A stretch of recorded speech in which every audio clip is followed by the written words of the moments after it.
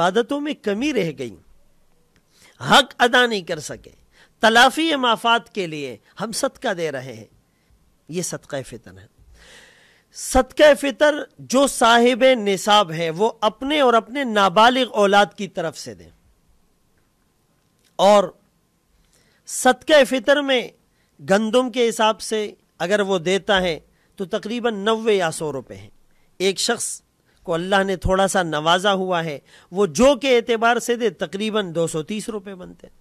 اللہ نے زیادہ اپنی نعمت نوازشات اس پر اللہ نے برسائی ہے، وہ مالدار ہے، تھوڑا گزر بسر اس کا اچھا ہے، تو وہ کھجور کے اعتبار سے جس میں اعلیٰ ادنیٰ اور متوسط ہے کم از کم 900 روپے کے حساب سے دیں۔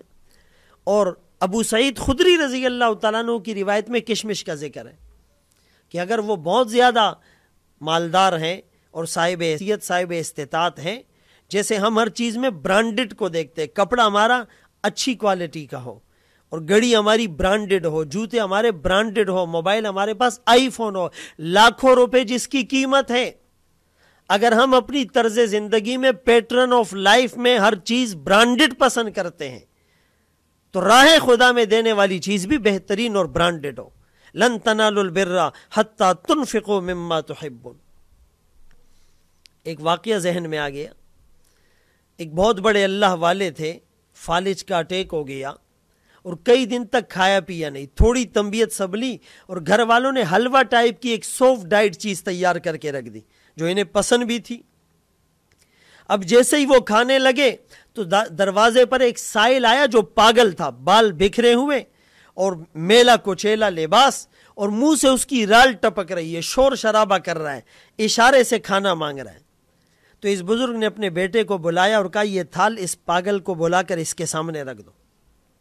اب باپ کی بات کو رد کرنا مشکل تھا، بیٹا بلا کر لایا، بٹھایا، وہ پوری تھال اس کے سامنے رکھ دی۔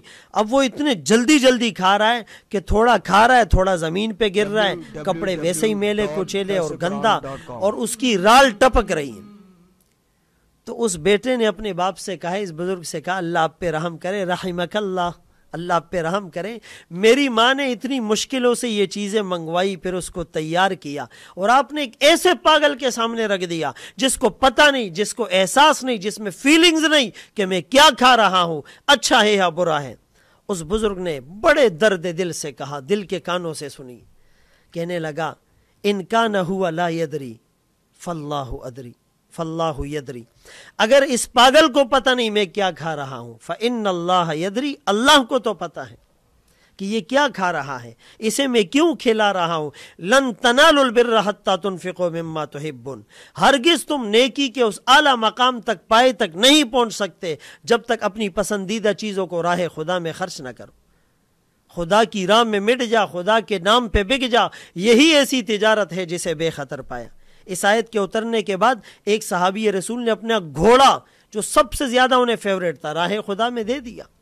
ایک صحابی رسول نے اپنا گنجان باغ جس میں ایک روایت کے مطابق 600 کھجور کے درخت تھے اللہ کے راستے میں دے۔ ہم صدقہ فطر میں اس کانسیپٹ کو کیوں سامنے نہیں رکھتے؟ اگر ریڑی والے سے اللہ کے نام پر سیب مانگا جائے، وہ کچا داغی اور کیڑا لگا ہوا سیب دے دیتا ہے۔ اگر 100 روپے کا نوٹ دیا جائے، وہ چھانٹی کر کے دیتا ہے۔ ما عندکم ینفد وما عند اللہ باق۔ تو ہم صدقہ فطر جو کے اعتبار سے، گندم کے اعتبار سے، کھجور کے اعتبار سے اور کشمش کے اعتبار سے بھی دے سکتے ہیں جو 1800 روپے فی کس ہے۔